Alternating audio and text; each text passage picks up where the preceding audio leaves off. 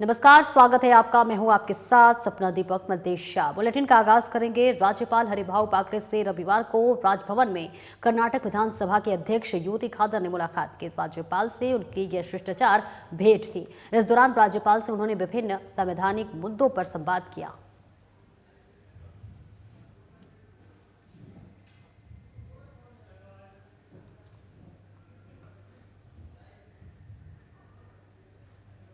राज्यपाल हरिभाऊ बागड़े ने कहा कि लोकतंत्र में संवाद का सर्वाधिक महत्व है और इसी से निर्णय संभव होते हैं, सहमति बनती है और लोकतंत्र सुदृढ़ होता है। उन्होंने कहा कि भारतीय लोकतंत्र विश्व भर में सबसे बड़ा लोकतंत्र ही नहीं है, बल्कि ये संवाद से लोक कल्याणकारी निर्णय लेने वाला भी सबसे बड़ा राष्ट्र है। उन्होंने भारत को विश्व का सबसे बड़ा युवा देश बताते हुए कहा कि युवा शक्ति से ही भारत भविष्य का सबसे विकसित राष्ट्र बनेगा। युवाओं को विकसित भारत 2047 के लिए जुटने का आह्वान करते हुए उन्होंने कहा कि भविष्य के विकास रथ के सारथी वही रहेंगे। आपको बता दें कि राज्यपाल रविवार को इंदिरा गांधी इंस्टीट्यूट के सभागार में भारतीय युवा संसद के कार्यक्रम में संबोधित कर रहे थे। उन्होंने कहा कि संवाद से सुस्वाद होता है और सुस्वाद से मैत्री होती है और उन्होंने कहा कि युवा वर्ग शक्ति और साहस का पुंज होता है। और इसी के साथ राजस्थान विधानसभा के अध्यक्ष वासुदेव देवनानी ने विश्व लोकतंत्र दिवस की बधाई देते हुए कहा कि भारत में लोकतंत्र की जड़ें प्राचीन काल से ही बहुत मजबूत रही है और यहाँ परिवार समाज में आज भी लोकतंत्र की जड़ें जीवंत हैं। उन्होंने कहा कि युवा लोकतांत्रिक मूल्यों को मजबूती प्रदान करे, सहिष्णुता में जो भी कमी आ रही है उस पर ध्यान दें।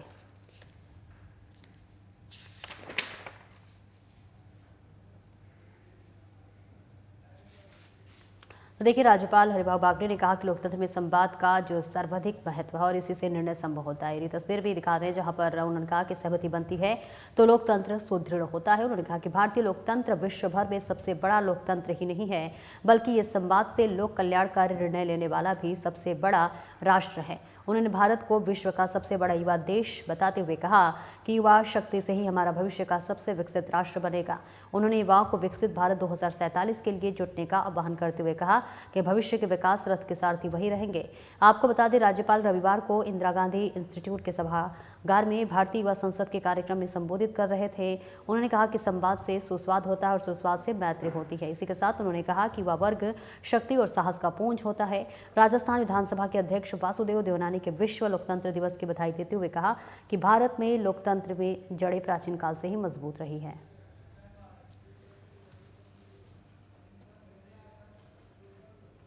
और वहीं राज्यपाल हरिभाऊ बागड़े की रविवार को राजभवन में लोकसभा अध्यक्ष ओम बिरला से मुलाकात हुई।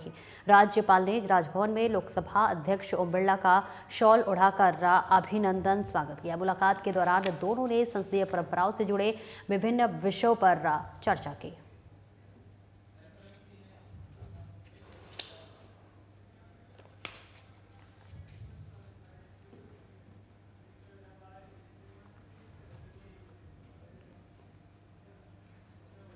राजस्थान सरकार में कैबिनेट मंत्री और झोटवाड़ा से लोकप्रिय बीजेपी विधायक कर्नल राज्यवर्धन राठौर ने एक बार फिर जनता से किया अपना वादा निभाया है। कर्नल राज्यवर्धन राठौर ने करड़सर के प्राथमिक स्वास्थ्य केंद्र के बाद बेगस के राजकीय स्वास्थ्य केंद्र में डॉक्टर की उपलब्धता सुनिश्चित कर झोटवाड़ा की जनता को अनंत शुभकामनाएं दी। करड़सर और बेगस के सरकारी अस्पतालों में डॉक्टर उपलब्ध कराने के लिए जनता ने कर्नल राज्यवर्धन राठौर की प्रशंसा करते हुए उनका आभार जताया है। वहीं कर्नल राज्यवर्धन राठौर ने वर्षों की समस्या का त्वरित समाधान कर क्षेत्रवासियों को राहत प्रदान की है।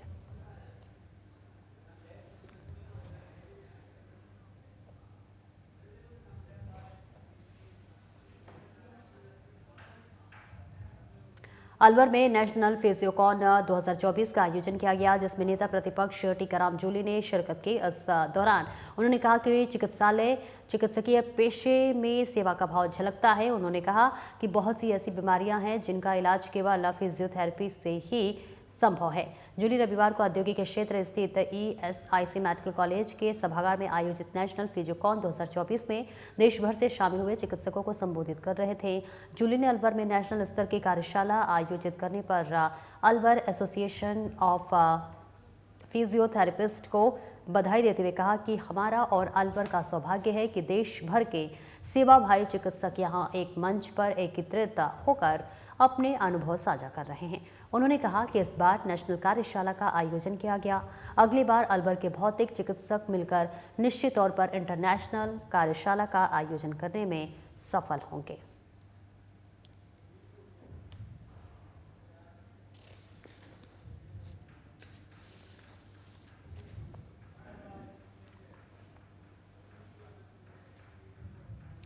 और वही धोली मीना यूरोप माल्टा सरकार द्वारा आयोजित कनेक्टिंग थ्रू कल्चर 2024 कार्यक्रम में शामिल हुई। इस कार्यक्रम की मेजबानी माल्टा सरकार के एक्सपिक्स लोकल काउंसिल द्वारा किया गया। कार्यक्रम की थीम संस्कृति के माध्यम से जुड़ना था। इस कार्यक्रम के माध्यम से विभिन्न देशों के दूतावासों द्वारा उनकी संस्कृति का प्रदर्शन किया गया। धोली मीणा ने भारतीय दूतावास के तरफ से भारत को रिप्रेजेंट किया। कार्यक्रम में भारत सहित Italy, Ireland, Spain, Qatar, Netherlands, Argentina, Brazil, फिलिस्तीन, लीबिया, माल्टा, ग्रीस, जर्मनी, चीन, अमेरिका, पाकिस्तान और संयुक्त राष्ट्र संघ ने भाग लिया।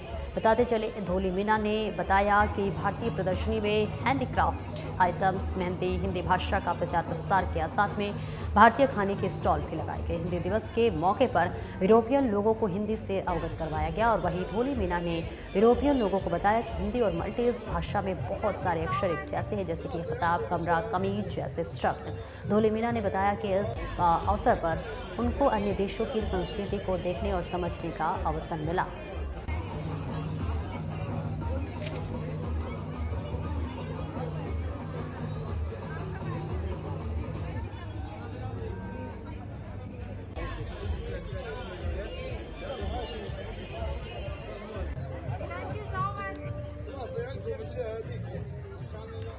तो देखिए तस्वीरें भी हम आपको दिखा रहे हैं, जहां पर बताते चले कि धोली मीना यूरोप माल्टा सरकार द्वारा आयोजित कनेक्टिंग थ्रू कल्चर 2024 कार्यक्रम में शामिल हुई। और इस कार्यक्रम को मेज़बानी माल्टा सरकार के एक्सपी लोकल काउंसिल द्वारा की गई। कार्यक्रम की थीम संस्कृति के माध्यम से जुड़ना था। और इस कार्यक्रम के माध्यम से विभिन्न देशों के दूतावासों द्वारा उनकी संस्कृति का प्रदर्शन किया गया। आपको बता दें कि धोली मीणा ने भारतीय दूतावास की तरफ से भारत को रिप्रेजेंट किया था। और इसी के साथ कार्यक्रम में भारत सहित देखिए Italy, Ireland, Spain, Qatar, Netherlands, Argentina, Brazil, फिलिस्तीन, लीबिया, माल्टा, ग्रीस, जर्मनी, चीन, अमेरिका, पाकिस्तान और संयुक्त राष्ट्र संघ ने भाग लिया है। और धोली मीना ने बताया कि भारतीय प्रदर्शनी में हैंडीक्राफ्ट आइटम्स, मेहंदी, हिंदी भाषा का प्रचार प्रसार किया गया। और साथ में भारतीय खाने के स्टॉल भी लगाए गए। हिंदी दिवस के अवसर पर जो है यूरोपियन लोगों को हिंदी भाषा से अवगत करवाया गया। और वहीं धोली मीना ने यूरोपियन लोगों से बताया कि हिंदी और मल्टीज भाषा में बहुत सारे अक्षर एक जैसे होते हैं, जैसे कि किताब हुआ, कमरा हुआ, कमीज जैसे जो शब्द हैं वो एक जैसे होते हैं। वहीं धोली मीना ने बताया कि इस मौके पर उनको अन्य देशों की संस्कृति को देखते और समझने का पूरा मौका मिला है। तो ये तस्वीरें अब आपको जयपुर से दिखा रहे हैं, जहां पर कनेक्टिंग थ्रू कल्चर 2024 कार्यक्रम का आयोजन हुआ है। और इसी के साथ साथ संस्कृति पर आधारित ये कार्यक्रम का थीम है। इसमें तमाम लोगों ने हिस्सा लिया। और इसी के साथ साथ कार्यक्रम में तमाम लोगों की तस्वीरें भी हम आपको दिखा रहे हैं, जहां पर धोली मीना यूरोप माल्टा सरकार द्वारा आयोजित कनेक्टिंग थ्रू कल्चर 2024 कार्यक्रम में शामिल हुए हैं। और इसी के साथ कार्यक्रम में मेजबानी माल्टा सरकार के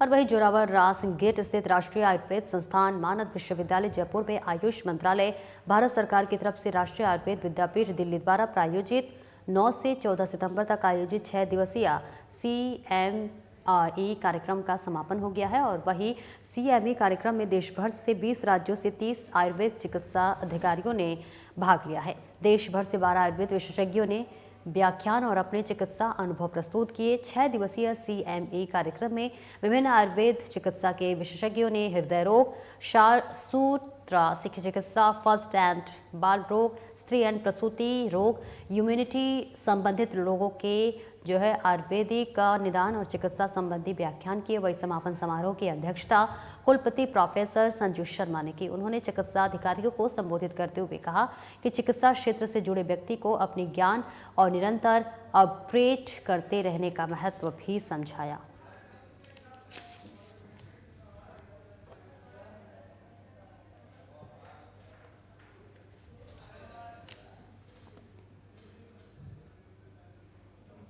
मसूदा में रविवार को विश्व हिंदू परिषद बजरंग दल के नेतृत्व में सर्व हिंदू समाज द्वारा भीलवाड़ा जिले की जहाजपुर में उपद्रवियों द्वारा मस्जिद के पास से गुजर रहे ठाकुर जी के बेवाड़ पर पथराव की घटना को लेकर मसूदा एसडीएम को राजस्थान के मुख्यमंत्री के नाम ज्ञापन सौंपा। हिंदू समाज के सदस्यों ने बताया कि इन घटनाक्रम से हिंदू धार्मिक आस्था को ठेस पहुंची है। ये घटना षड्यंत्र पूर्वक की गई है, जिसमें क्षेत्रीय विधायक सहित महिलाओं और पुरुषों को चोटें आई हैं। तो मसूदा में रविवार को विश्व हिंदू बजरंग दल के नेतृत्व ने सर्व हिंदू समाज द्वारा भीलवाड़ा जिले के जहाजपुर में उपद्रवियों द्वारा मस्जिद के पास से गुजर रहे ठाकुर जी के बेवाड़ पर पथराव की घटना को लेकर मसूदा एसडीएम को राजस्थान के मुख्यमंत्री के नाम ज्ञापन सौंपा है। और ये तस्वीरें भी आपको दिखा रहे हैं, जहाँ हिंदू समाज के सदस्यों ने बताया कि इन घटनाक्रम से हिंदू धार्मिक आस्था को ठेस पहुंची है और ये घटना षड्यंत्र पूर्वक की गई है, जिसमें क्षेत्रीय विधायक सहित महिलाओं और पुरुषों को चोटें आई हैं। तो ये तस्वीरें आपको दिखा रहे हैं ब्यावर से, जहां पर भीलवाड़ा में पत्थरबाजी की घटना से लगातार नाराजगी दिखाई दे रही है। तो वहीं सर्व हिंदू समाज में रोष भी व्याप्त दिखाई दे रहा है। वहीं हिंदू समाज ने मुख्यमंत्री के नाम एसडीएम को ज्ञापन सौंपा है।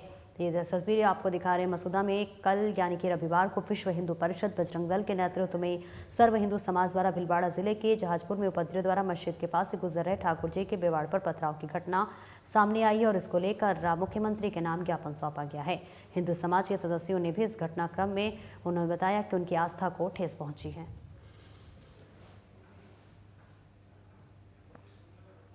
और वहीं अजमेर जिले में शनिवार को रिटायर्ड 2 बुजुर्ग बहनों को अपहरण करने वाले चारों आरोपियों को आज अवकाशकालीन न्यायालय में पेश किया गया, जिसके बाद अजमेर जिला पुलिस ने आरोपियों को अनाज सागर चौपाटी से पीड़ितों के घर तक पैदल जुलूस निकाला, जिससे कि आम जन में विश्वास और अपराधियों में डर पैदा हो। इसी दौरान अजमेर जिला एडिशनल एसपी दुर्ग सिंह सहित अन्य अधिकारी भी मौजूद रहे। आरोपियों का 2 दिनों का रिमांड लिया गया।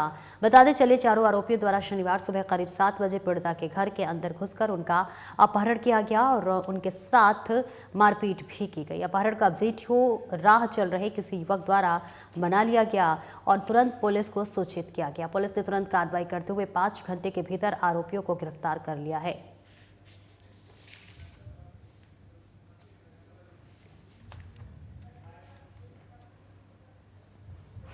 अभी जैसा हम अभी चूंकि पीसी रिमांड लेके आए हैं, रिमांड के दौरान रात को अभी गिरफ्तारी हुई थी इनकी और भी पीसी रिमांड 17 तक मिली है। इस रिमांड के दौरान इन्वेस्टिगेशन होगी, इससे क्लियर होगा कि जो इन्होंने जो पिस्टल के रोकने को इस्तेमाल किया है या नहीं किया है, पर किया नकली है असली है, इसकी जानकारी अब सर ये भी बताया जा रहा है पीड़िताओं के जो आदिल है उसने मुंह पर गाल पर काट लिया था। उनका पीड़िताओं का मेडिकल करवाया गया था और उसमें उसके जो बाइट है वो उसके गाल पे बाइट आया हुआ है, जिसका मेडिकल सर न्यायालय में पेश किया आज आरोपियों को चारों। न्यायालय को मैं पेश कर दिया गया। न्यायालय ने 17 तारीख की पीसी रिमांड दी। अच्छा सर ये भी सामने सुनने में आ रहा है कि ये लोग आपस में कोई प्रॉपर्टी को जो डिस्ट्रीब्यूट प्रॉपर्टी। वहीं माननीय स्वायत्त शासन नगरीय विकास और आवासन मंत्री झापर सिंह खरपा के मार्गदर्शन में जयपुर विकास आयुक्त आनंदी के निर्देशन में आमजन की सुविधार्थ जयपुर शहर में बारिश और अन्य कारणों से क्षतिग्रस्त सड़कों को रोड एम्बुलेंस द्वारा इन्फार्ट रिसाइकलिंग मोबाइल मशीन तकनीक के कार्य से तीव्र गति से करवाया जा रहा है। और वही इस तकनीक में मुख्य सड़क पर लगभग 2.0 इंटू 1.0 के पेच कार्य की सफाई करके विटुमन मिक्स को पोस्ट होल्ट भी डाला जाता है और इस तकनीकी से कम समय में अच्छी गुणवत्ता का सतह से फ्लश करते हुए पेच रिपेयर का कार्य किया जाता है।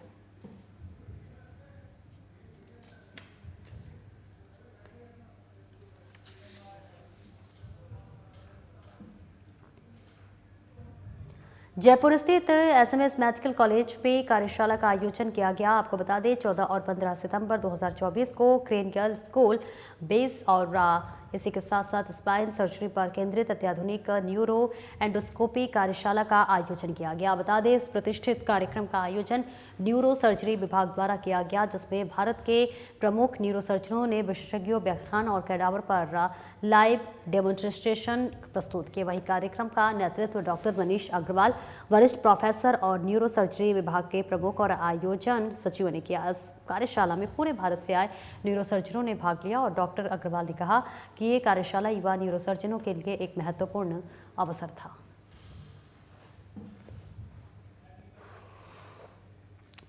तो ये तस्वीरें भी आपको दिखा रहे हैं जहां पर जयपुर से तस्वीर एमएस मेडिकल कॉलेज में कार्यशाला का आयोजन किया गया है, जहां जयपुर स्थित एमएस मेडिकल कॉलेज में कार्यशाला का आयोजन किया गया है। बता दें 14 और 15 सितंबर 2024 को क्रेनियल स्कल बेस और स्पाइन सर्जरी पर केंद्रित अत्याधुनिक न्यूरो एंडोस्कोपी कार्यशाला का आयोजन किया गया और इस प्रतिष्ठित कार्यक्रम का आयोजन न्यूरो सर्जरी विभाग द्वारा किया गया है, जिसमें कि बताते चले भारत के प्रमुख न्यूरो सर्जनों ने विशेषज्ञ व्याख्यान और कैडावर पर लाइव डेमोन्स्ट्रेशन प्रस्तुत किए। कार्यक्रम का नेतृत्व डॉक्टर मनीष अग्रवाल, वरिष्ठ प्रोफेसर और न्यूरो सर्जरी विभाग के प्रमुख और आयोजन सचिव ने किया। इस कार्यशाला में पूरे भारत से आए न्यूरो सर्जनों ने भाग लिया।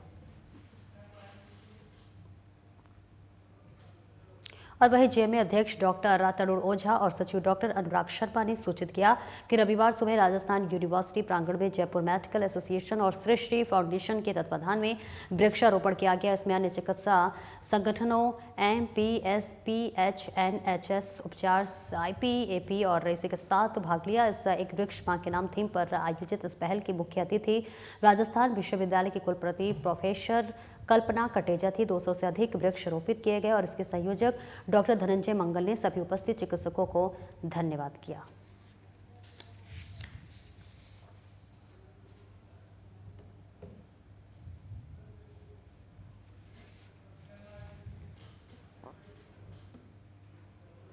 चिकित्सा और स्वास्थ्य मंत्री गजेंद्र सिंह खीमसर के मार्गदर्शन में प्रदेश में अंगदान और प्रत्यारोपण का कार्य मजबूती के साथ आगे बढ़ रहा है। विगत एक माह में ही प्रदेश में 3 व्यक्तियों ने अंगदान किया। सवाई मानसिंह अस्पतालों में शनिवार को हुए अंगदान से 3 लोगों को नया जीवन मिला। सवाई मानसिंह अस्पताल के प्राचार्य डॉक्टर दीपक माहेश्वरी ने बताया कि अलवर जिले के टहला निवासी 49 वर्षीय सावित्री देवी सड़क हादसे में गंभीर घायल हो गई थी। उन्हें 10 सितंबर को सवाई मानसिंह अस्पताल में भर्ती कराया गया था। चिकित्सकों के लगातार प्रयासों के बावजूद उन्हें बचाया नहीं जा सका। ब्रेन डेड होने पर अस्पताल प्रशासन ने परिजनों को अंगदान के लिए प्रेरित किया। परिजनों की सहमति और साहसिक निर्णय के बाद सावित्री के अंगदान की प्रक्रिया प्रारंभ की गई।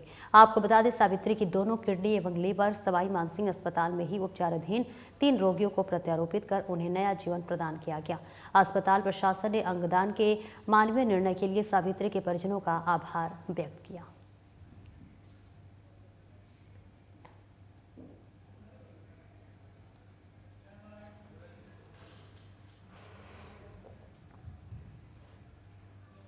जिले के मारवाड़ जंक्शन उपखंड मुख्यालय थाना परिसर पर ईद मिलादुन्नबी और अनंत चतुर्दशी पर लेकर बैठक की गई और ये बैठक जिला पुलिस अधीक्षक के निर्देश से मारवाड़ जंक्शन थाना अधिकारी सरोज बैरवा की अध्यक्षता में की गई। बैठक में सभी समुदायों से शांतिपूर्ण तरीके से त्यौहार मनाने को लेकर अपील की गई।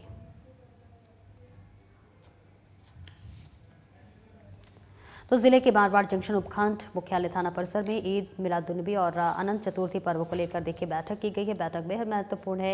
ये बैठक जिला पुलिस अधीक्षक के निर्देश से मारवाड़ जंक्शन थाना अधिकारी सरोज बैरवा की अध्यक्षता में ये बैठक की गई है। आपको बता दें कि बैठक में सभी समुदायों से शांतिपूर्ण तरीके से त्यौहार मनाने को लेकर अपील की गई। तो आगामी त्यौहार को शांतिपूर्वक मनाने के लिए अपील की जा रही है। इसके लिए बैठक की गई है, जिसमें अनंत चतुर्थी और ईद मिलादुन्नबी का पर्व है और इसके लिए पर्व को लेकर के बैठक की गई है। बैठक में अपील की गई है लोगों से कि जो ये पर्व है इसे शांतिपूर्वक मनाया जाए और लोगों से अपील की गई है कि जो भी त्यौहार है आगामी उसे शांतिपूर्ण तरीके के साथ मनाया जाए और इसी के साथ साथ ये बैठक पुलिस अधीक्षक के निर्देश से रखा गया था। पिसांगन उपखंड के दांतड़ा में स्थित लोक देवता बाबा रामदेव के दरबार व बाबा के मेले में हाजिरी देने के लिए उपखंड क्षेत्र के जेठाना से दांतड़ा तक 8 किलोमीटर की दंडवत यात्रा गांव के 10 युवाओं ने शुरू की। ये दंडवत यात्रा सोमवार को तीसरे दिन बाबा रामदेव मंदिर परिसर पहुंचकर संपन्न हुई। जेठाना निवासी बालकिशन टेलर, कीर्ति चंद माली और किशन साहू के मुताबिक सर्वमंगल की कामना को लेकर प्रतिवर्ष की भांति इस वर्ष भी जेठाना से दांतड़ा तक 8 किलोमीटर की दंडवत यात्रा बाबा के भक्त राकेश माली, राजू माली, राधेश्याम कुमार और इसी के साथ साथ राजकुमार, मेघवंशी, अनिल धान का, सुनील चारण, विक्रम धान का, दीपू धान का, गतांशु सैनी, आनंद कुमार ने 1 दिन पूर्व शुरू की थी। यह यात्रा सोमवार को मंदिर परिसर में पहुंचकर संपन्न हुई। तो ये तस्वीरें आपको अजमेर से दिखा रहे, जहां जेठाना से दांतड़ तक दंडवत यात्रा किया गया है। इसमें 8 किलोमीटर की दंडवत यात्रा जो भक्त करते हुए नजर आ रहे हैं। तस्वीरें अजमेर से दिखा रहे हैं, जहां पिसांगन उपखंड के दांतड़ा में स्थित लोक देवता बाबा रामदेव के दरबार व बाबा के मेले में हाजिरी देने के लिए उपखंड क्षेत्र के जेठाना से दांतरा तक 8 किलोमीटर की दंडवत यात्रा गांव के 10 युवाओं ने शुरू की है और ये दंडवत यात्रा सोमवार को तीसरे दिन बाबा रामदेव मंदिर परिसर पहुंचकर संपन्न हुई है। और यहाँ देखिए तस्वीरें आपको दिखा रहे हैं जहां दंडवत करते हुए युवा दिखाई दे रहे हैं। जेठाना निवासी बालकृष्ण टेलर, बीरचंद दिमाली और तमाम लोगों ने 8 किलोमीटर की दंडवत यात्रा बाबा के भक्त जो है राकेश माली, राजू माली, राधेश्याम कुमार, दीपू धानका और इसी के साथ साथ तमाम लोगों ने एक दिन पर्व की शुरू की थी और ये यात्रा सोमवार यानी कि आज मंदिर परिसर पहुंचकर संपन्न हुई है। ये तस्वीरें अजमेर से दिखा रहे हैं जहां जेठाना से दांतरा तक दंडवत यात्रा करते हुए आपको ये युवक दिखाई दे रहे होंगे जो कि 8 किलोमीटर दंडवत यात्रा कर रहे हैं। राजस्थान शिक्षक संघ राष्ट्रीय उप शाखा चामू के वार्षिक चुनाव संपन्न हुआ है। आपको बता दें कि ये चुनाव मुख्य ब्लॉक शिक्षा अधिकारी कार्यालय चामू में चुनाव अधिकारी मुन्नाराम जाखड़ व पर्यवेक्षक श्रवण सिंह राजपुरोहित की देखरेख में संपन्न हुई, जिसमें धर्मेंद्र कुमार सोलंकी निवासी बारनऊ और इसको अध्यक्ष और मानाराम सारण को मंत्री, प्रदेश महासचिव समिति सदस्य चांडव सिंह हिंसा और कानाराम चौधरी और समस्त कार्यकारिणी को सर्वसहमति से मनोनीत किया गया। इस दौरान अध्यक्ष धर्मेंद्र कुमार सोलंकी ने समस्त शिक्षकों का आभार व्यक्त किया और अपने संबोधन में कहा कि शिक्षकों की समस्याओं को हल कराने के लिए हर समय तत्पर रहेंगे।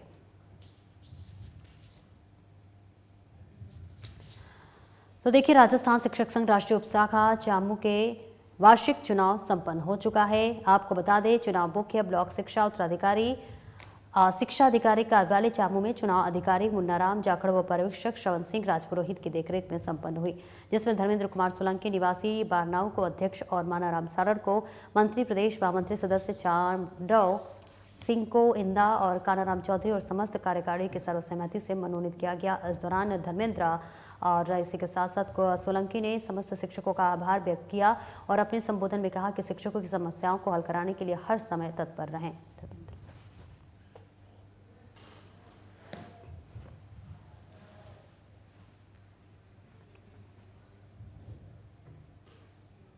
पिसांगन में बीती देर रात शाम 7:30 बजे कस्बे के फतेहपुरा रोड स्थित सागरमती नदी के तेज बहाव में बहे श्यामलाल कुमावत का शव बरामद हुआ है। लगभग 19 घंटे बाद रेस्क्यू टीम ने नदी की तेज धारा में गोविंदगढ़ बांध के भराव क्षेत्र में घटना स्थल से करीब आधा किलोमीटर दूर से बरामद किया है। आपको बता दें पुलिस ने शव कब्जे में लेकर पोस्टमार्टम के लिए मोर्चे भिजवाया, जहां पर मृतक के भाई की रिपोर्ट पर पुलिस ने कार्रवाई शुरू करते हुए मृतक के शव का पोस्टमार्टम करवाकर शव परिजनों को सुपुर्द कर दिया है। मामले की जांच पड़ताल शुरू कर दी है। थानाधिकारी विक्रम सेवावत के मुताबिक बीती रात शाम को 7:30 बजे कस्बे में फतेहपुरा रोड पर सागरमती नदी के तेज बहाव में कस्बे के जाटाभास निवासी श्यामलाल कुमावत के बहने की सूचना पर पुलिस प्रशासन ने ग्रामीणों की मदद से तेज बहाव में श्यामलाल की तलाश शुरू की, लेकिन रात में 11:15 बजे तक युवक का पता नहीं चलने और रात गहराने पर रेस्क्यू रोक दिया गया।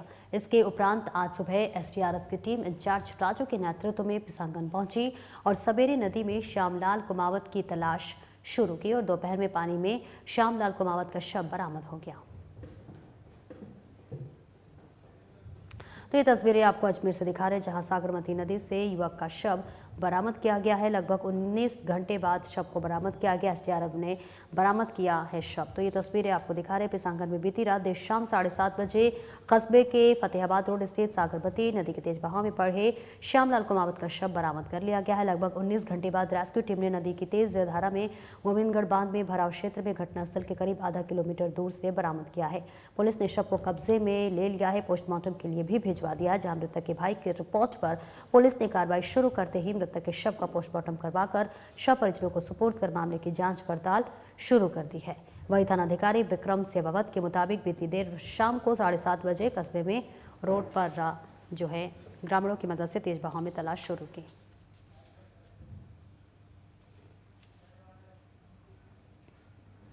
और फिलहाल इस बुलेटिन में इतना ही। दीजिए इजाजत। नमस्कार।